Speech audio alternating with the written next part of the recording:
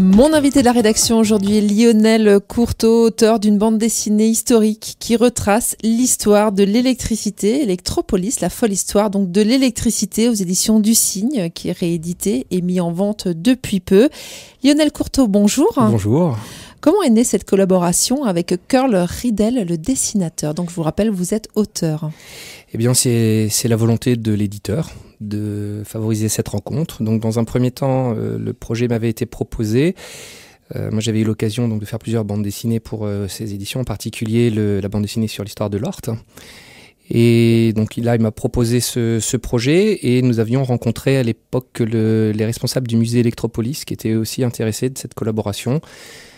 Et très vite, on s'est rendu compte, enfin en tout cas, moi c'était un petit peu l'idée de départ, c'est que raconter juste l'histoire de l'électricité en soi pouvait devenir une bande dessinée un peu lourde et on n'était pas certain du succès que ça pourrait avoir. Donc ce que j'ai proposé, moi, c'était de travailler sur un scénario un peu décalé et par le biais de l'humour, de faire passer les choses. Donc j'ai imaginé un scénario que je vais vous raconter dans un instant. Et puis après, on a cherché le dessinateur idéal pour mettre ça en image. Vous le connaissiez avant ?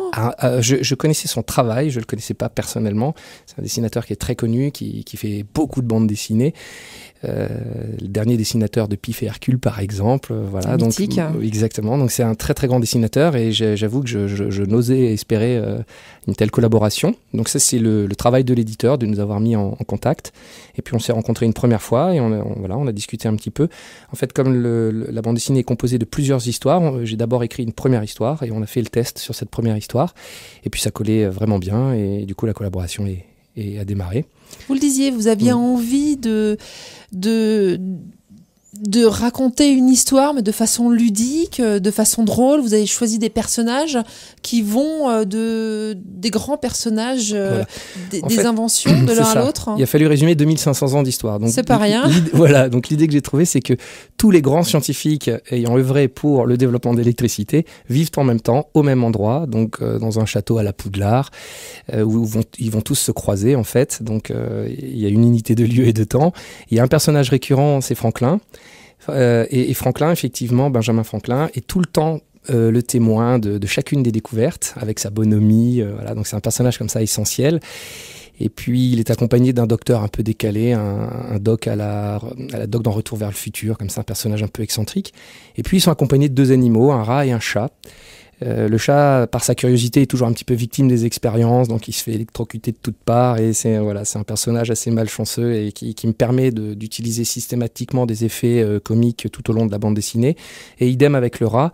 Le rat étant un personnage plus cynique, brillant, et voilà, qui a tendance, lui, à être un peu plus moqueur envers à la fois les scientifiques et le chat. Donc voilà, en utilisant tous ces ressorts comiques, on a pu faire une bande dessinée qui, chaque histoire est quasiment, on peut la lire quasiment indépendamment des autres.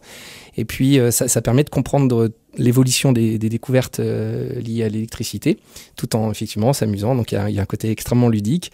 Et dans chaque histoire, des effets comiques différents, soit dans le scénario, soit dans les dessins. Vous parlez de Pif et Hercule, on reste effectivement un petit peu dans ce format-là, d'histoire courte, drôle et pertinente. Oui, c'est ça. L'idée, c'était quand même de découper. Chaque découverte doit faire l'objet d'un scénario. Et donc, les scénarios font entre 2 et 3 pages maximum. Et quoi qu'il y en a peut-être un ou deux qui doivent faire 4 pages. Voilà. Mais en tout cas, l'idée, c'était que chacune des découvertes fasse l'objet d'une petite histoire. Voilà. Alors, vous disiez le musée Electropolis de Mulhouse, c'est largement investi dans cette aventure. De quelle façon ? En vous donnant des éléments historiques ? Alors, ils m'ont donné des éléments, évidemment. Et puis, là où ils ont été particulièrement importants, c'est dans la correction, figurez-vous, parce que dans des petits détails, que ce soit moi ou Kurde dans le dessin, on a eu parfois il y avait quelques petites erreurs. Mais ils ont été très très attentifs à la relecture et parfois c'était, je me souviens, pour un des dessins, la boule était en cuivre et il fallait qu'elle soit en verre. Pas une seconde, j'aurais pu m'en rendre compte, Kurt non plus. Et voilà, eux étaient là pour vérifier tous les moindres détails. Et puis, donc, à chaque fois que j'écrivais un scénario, avant de l'envoyer au dessinateur, je l'envoyais au musée Electropolis qui me faisaient un retour. Donc voilà, je faisais quelques petites retouches en fonction de leur correction. Donc c'était une très belle collaboration, très intéressante, par des gens qui sont vraiment passionnés, parce qu'il faut savoir que le musée Electropolis, ils ont comme vocation donc de faire connaître l'électricité. Donc ils sont habitués par exemple à avoir un public de jeunes. De scolaires. Voilà, donc ils ont l'habitude de cette dimension pédagogique et du coup c'était utile pour la bande dessinée d'avoir leur regard extérieur et leur avis. Donc ça a été une belle collaboration. Et en remerciement, d'ailleurs, l'exemplaire que vous avez sous les yeux s'appelle Electropolis. Il faut savoir que cette bande dessinée, en dehors de l'Alsace, s'appelle juste La folle histoire de l'électricité. Et en Alsace, on a décidé de l'appeler Electropolis en hommage à cette collaboration et en clin d'œil au musée. Donc ça s'appelle Electropolis, La folle histoire de l'électricité. Est-ce que vous avez l'intention d'avoir des nouvelles collaborations avec Kurt Riedel pour une nouvelle épopée? Je demanderai pas mieux parce qu'il est très talentueux. Cela dit, pour vos auditeurs, je vais quand même vous raconter une petite anecdote. C'est un enfer de travailler avec Kurt Riedel, sachez-le. Généralement, quand vous travaillez avec un dessinateur et que vous êtes scénariste, vous envoyez un scénario et en moyenne, un dessinateur va mettre une semaine par planche. C'est à peu près ça la moyenne. Donc moi, j'étais assez content parce que quand je terminais un scénario, c'était très dur pour moi. Je reviendrai après pourquoi. Et j'envoyais donc mon scénario à Kurt le vendredi, par exemple, en me disant, voilà, je suis tranquille pour 1 ou 2 semaines. Et le lundi, Kurt envoyait les 3 planches dessinées tout le week-end, 10 planchers pour le coup. Et il dessine très, très vite. Ça, c'est le problème des gens talentueux, c'est qu'ils sont très efficaces. Ça fuse. Voilà. Et du coup, j'étais en permanence sous pression parce que tout le temps en retard, forcément. Lui, il aurait pu... si on avait suivi son rythme, la BD était faite en 6 mois et on a mis 1 an et demi en tout. Donc c'est vrai que moi, j'ai été beaucoup plus lent que lui. C'était très difficile. Pourquoi ? Parce que par rapport à d'autres scénarios de bande dessinée où normalement, en 3 mois, j'ai fini, là, ça a été beaucoup plus long parce que il fallait pas seulement faire des recherches, il fallait que je les comprenne. Alors je vais confesser la chose, je suis un pur littéraire. Donc la dimension scientifique pour moi était très compliquée, j'ai eu beaucoup de mal au départ à tout assimiler, et comme l'idée était de transcrire les choses de manière très claire, très limpide, et donc il fallait vraiment que la bande dessinée soit tout public, donc il fallait vraiment trouver le bon ressort. Il fallait d'abord donc que moi je l'assimile et qu'après je cherche à trouver la manière de l'intégrer dans mon scénario, et après coup de trouver aussi des effets comiques à rajouter. Donc si vous voulez, c'était vraiment plusieurs processus. Vous avez travaillé en plusieurs étapes. Exactement, et donc ça requérait différents types de concentration, différents moments, voilà. Et donc je peux pas dire que j'ai pu le faire très rapidement, il m'a fallu un petit peu de temps, je dois être sincère. Et puis, il y avait quelques expériences sur lesquelles je bloquais un petit peu. Donc, il fallait que je trouve quelqu'un qui m'explique un peu.